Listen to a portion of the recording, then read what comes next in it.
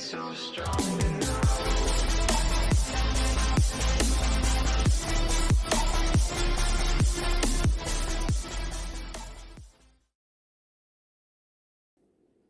I'm a pepper, he's a pepper, she's a pepper.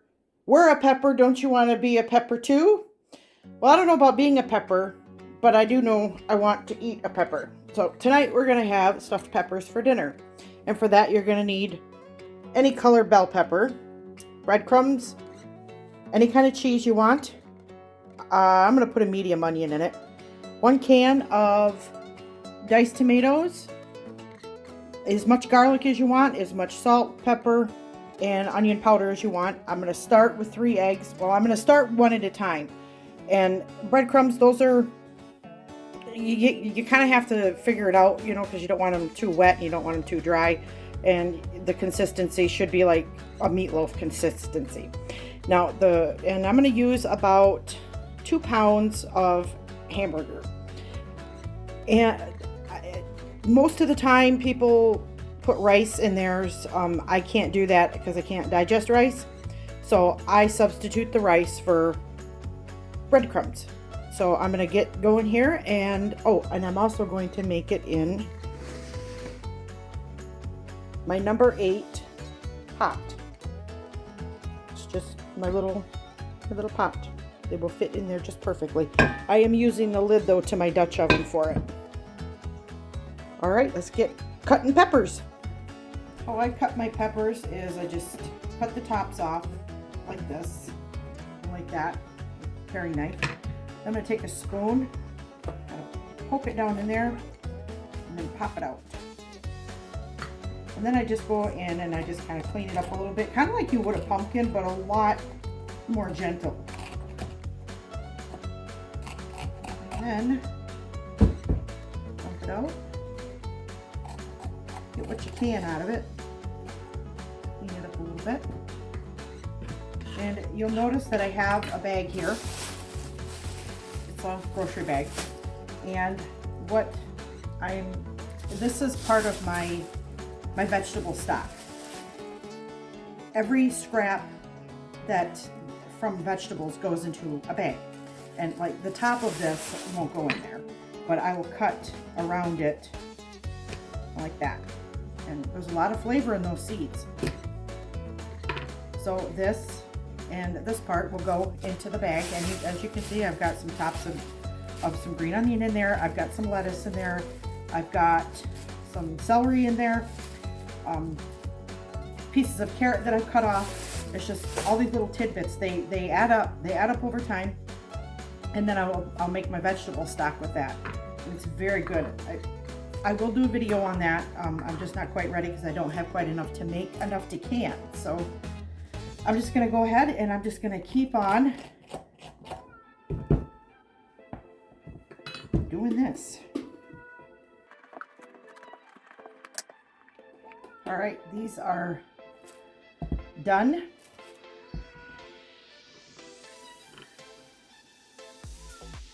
And now I'm just going to cut this top off.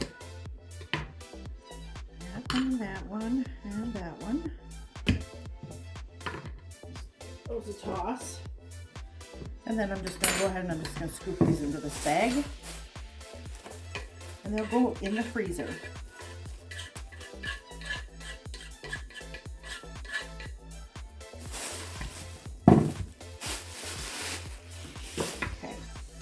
Now I'm going to go and I'm going to bring my meat over here and start mixing that together. First, always wash your hands. Okay, now that I've got my hamburger and all this good stuff over here, I'm going to keep 3 cups of crumbs separately out of my big bin here, because what I don't want to happen is, because I am going to use my hands to do this because it's just easier. And I don't want to transfer any of this into the breadcrumbs and contaminate them. So it's easier just to have more than what you need to put in there than it is not to have enough and then have to go wash your hands, and it's an ordeal. So I'm going to start out with a couple eggs and see how that does. It may not be enough. It kind of, cooking is, it depends on how big your eggs are. It depends on what you like. It's, cooking is not a set thing. It just isn't. And that's how new recipes and stuff are born, is because, somebody likes it this way, somebody else likes it that way, and then something different comes out of it. So I'm gonna do the 2 eggs and my my can of tomatoes, diced tomatoes, my 1 medium onion, chopped, diced, whatever you want to call it. I'm going to add salt, onion powder, pepper, my garlic. I use minced garlic. And at least 1 of these. And then we're going to get started.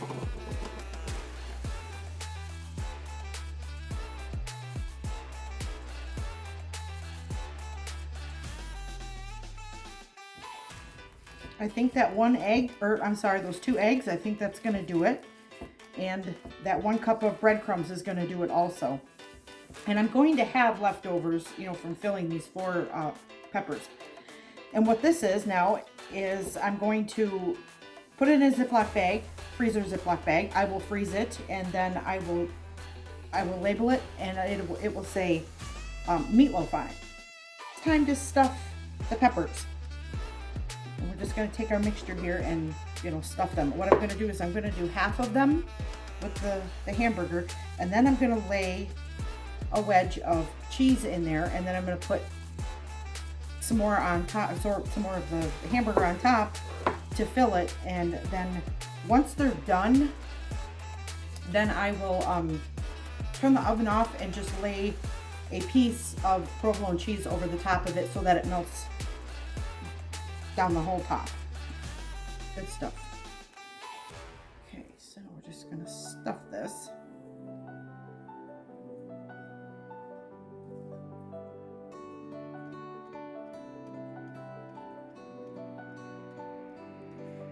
Okay, that's just about half.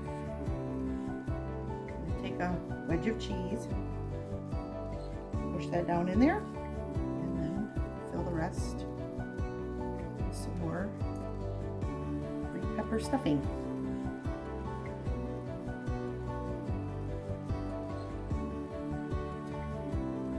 All right, it's good to go.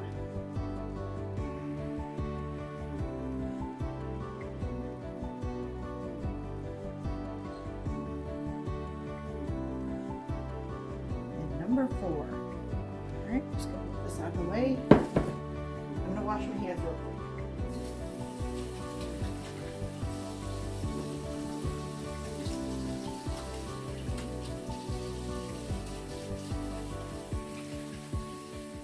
Now I'm ready for them to go into my pot. I'm just gonna set them in there, and then I'm gonna add some water to them. I'm going to put in about 3 pints of water, and of course this also depends on how big your peppers are, because they do vary in size. So I'm just going to, when you do that, these are a little on the smaller side, so I'm going to call that good. I don't want to drown them, but I will check on them. And I'm going to put these in the oven at 350 until they're done. Like I said, it depends how long they're in there for, because it depends on the size of the pepper and how much meat you have in it.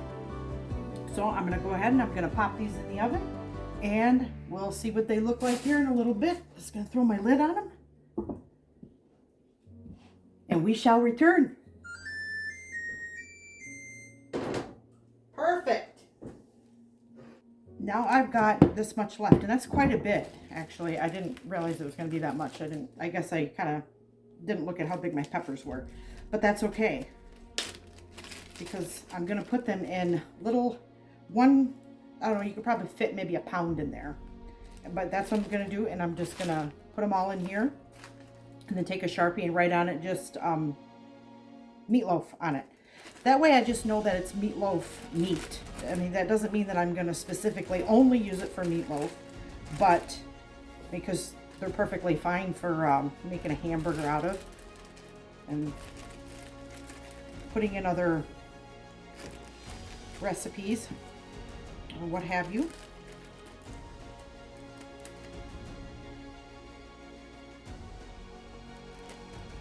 And I'll just pull all the air out, flatten it down like that, and I'm my Sharpie, and I'm going to write ML on it. And then I'm going to put it in the freezer flat, and I'll just stack them.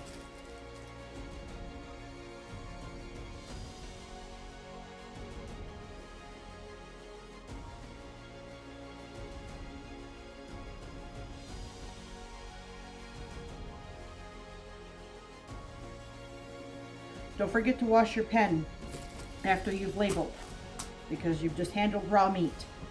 Okay? Safety first!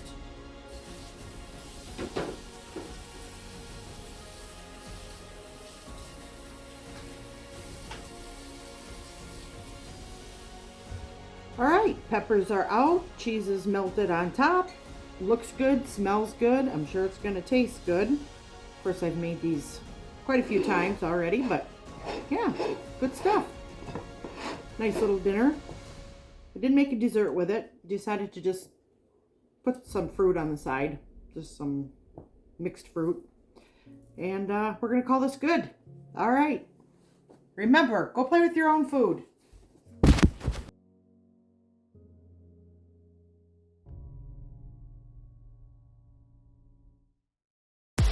So strong.